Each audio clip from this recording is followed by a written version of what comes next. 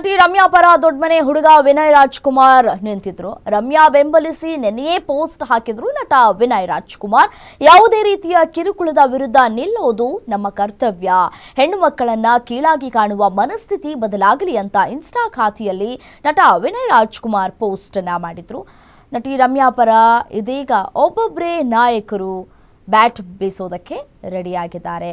ಪ್ರಥಮ್ ಯಾವಾಗ ಮೊದಲಿಗೆ ಈ ದೌರ್ಜನ್ಯಗಳು ಏನಾಗ್ತಾ ಇದೆ ಅದಕ್ಕೆ ಕಡಿವಾಣ ಹಾಕಬೇಕು, ಸೊ ಹಾಗಾಗಿ ಇಡೀ ಸ್ಯಾಂಡಲ್ವುಡ್ ರಮ್ಯಾ ಅವರ ಪರವಾಗಿ ನಿಲ್ಲಬೇಕು ಅಂತ ಹೇಳಿ ಕರೆ ಕೊಟ್ಟರು. ಅದರ ನಂತರ ವಿನಯ್ ರಾಜ್ಕುಮಾರ್ ಅವರು ಕೂಡ ನೆನೆ ಪೋಸ್ಟ್ ಹಾಕಿದ್ರು. ಯಾವುದೇ ರೀತಿಯ ಕಿರುಕುಳದ ವಿರುದ್ಧ ನಿಲ್ಲೋದು ನಮ್ಮ ಕರ್ತವ್ಯ, ಹೆಣ್ಮಕ್ಕಳನ್ನ ಕೀಳಾಗಿ ಕಾಣೋ ಪ್ರಪಂಚ ಬೆಳವಣಿಗೆಗೂ ಮುನ್ನ ನಾಶ ಆಗಬೇಕು ಅನ್ನುವಂತಹ ಪೋಸ್ಟನ್ನು ಅವರು ಇನ್ಸ್ಟಾಗ್ರಾಮ್ ಖಾತೆಯ ಮೂಲಕ ಪೋಸ್ಟ್ ಮಾಡಿದರು.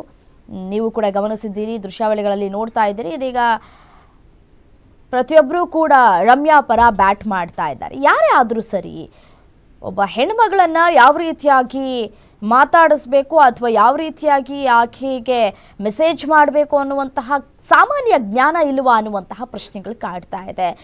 ಅವರು ಏನೇ ಸ್ಟ್ಯಾಂಡ್ ತೆಗೆದುಕೊಳ್ಳಬಹುದು ಅಥವಾ ಅದು ಅವರ ವೈಯಕ್ತಿಕ ವಿಚಾರಗಳಾಗಿರುತ್ತೆ.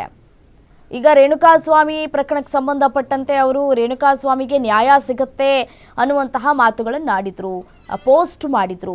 ಇಲ್ಲಿ ದರ್ಶನ್ ಅವರ ಹೆಸರನ್ನು ಕೂಡ ಅವರು ಬಳಕೆ ಮಾಡಿಕೊಂಡಿರಲಿಲ್ಲ.